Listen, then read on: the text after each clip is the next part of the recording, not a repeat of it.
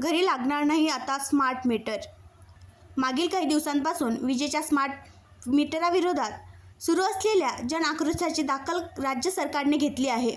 घरगुती वापरासाठी smart meter लागू केले जाणार नाहीत, त्यासाठी पूर्वीचीच पद्धत कायम राहील, असे उपमुख्यमंत्री व ऊर्जा मंत्री देवेंद्र फडणवीस यांनी शुक्रवारी जाहीर केले। मुंबईत शुक्रवारी भाजपाच्या महत्त्वाच्या पदाधिकाऱ्यांची बैठक झाली। त्यात फडणवीस यांनी सामान्य वीज ग्राहकांसाठी स्मार्ट मीटर लावण्यात येणार नाही, असे स्पष्ट केल्याची माहिती प्रदेशाध्यक्ष चंद्रशेखर बावनकुळे यांनी बैठकीनंतर पत्रकारांना दिली।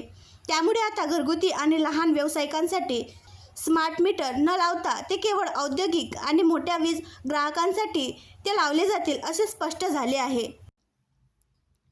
आणखी नवीन व्हिडिओ पाहण्यासाठी आमच्या देशमुख एक्सप्रेस न्यूज चॅनलला सबस्क्राईब करा, लाईक करा आणि शेअर करा।